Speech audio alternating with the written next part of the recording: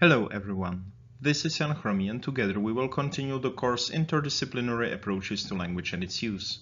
In this presentation we will continue our discussion of discourse processing. Historically, very influential approach to discourse comprehension was the so-called schema theory. In 1980, David Rumelhart understood schemata as the building blocks of cognition. He defined them as knowledge representations which we form for all concepts such as objects, situations, events, sources of events, actions, and sequences of actions. According to this approach, schemata have variables, they can embed one within another, and they represent knowledge at all levels of abstraction. A classic example of a schema would be the restaurant script. We all have the knowledge of how to behave in a restaurant. When we enter, we may expect to be seated, we expect the waiter to come and bring the menus.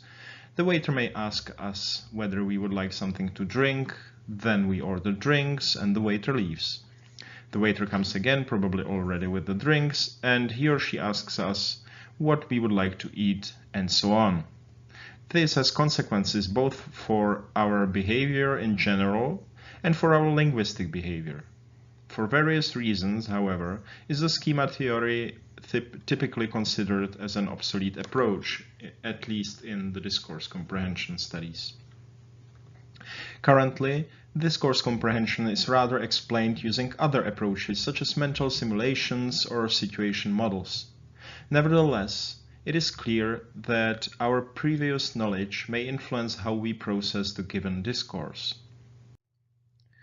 A famous study in the field of discourse comprehension was published by John Bransford and Marcia Johnson, who examined the role of the background knowledge for the processing of a text passage. In their experiment, they presented participants a text passage, either with a title or without a title, and measured the comprehension and recall of the information. The authors assumed the title might point us to a specific background knowledge, which then helps us with the processing. The text passage was as follows. The procedure is actually quite simple. First, you arrange things into different groups depending on their makeup. Of course, one pile may be sufficient depending on how much there is to do. If you have to go somewhere else due to lack of facilities, that is the next step. Otherwise, you are pretty well set. It is important not to overdo any particular endeavor. That is, it is better to do few things at once than too many. In the short run, this may not seem important, but complications from doing too many can easily arise. A mistake can be expensive as well. The manipulation of the appropriate mechanisms should be self-explanatory, and we need not dwell on it here. At first, the whole procedure will seem complicated. Soon, however, it will become just another facet of life. It is difficult to foresee any end to the necessity for this task in the immediate future, but then one never can tell. I assume it seems quite hard for you to process the text. Now try it with the title. Bransford and Johnson found that readers who had the title evaluated the text passage as more comprehensible, and also they recalled the text better. This finding is an evidence of the important role of background knowledge in discourse processing. Another interesting question is how and when the language comprehension system relates an incoming word to semantic representations of the wider discourse and of the unfolding sentence. Jos van Berkom and his colleagues did an electroencephalography study which examined the integration of discourse coherent and discourse anomalous words. The whole experiment was in Dutch, but I will present the English translation here. Participants listened to short stories such as agreed upon, Jane was to wake her sister and her brother at 5 o'clock in the morning. But the sister had already washed herself and the brother had even got dressed. The last sentence in the story contained either a word which was semantically anomalous, given the previous context, or not. An example of discourse coherent ending is the sentence, Jane told the brother that he was exceptionally fast. The example of discourse anomalous ending is the sentence Jane told the brother that he was exceptionally slow. Importantly, these sentences are perfectly fine when presented in isolation.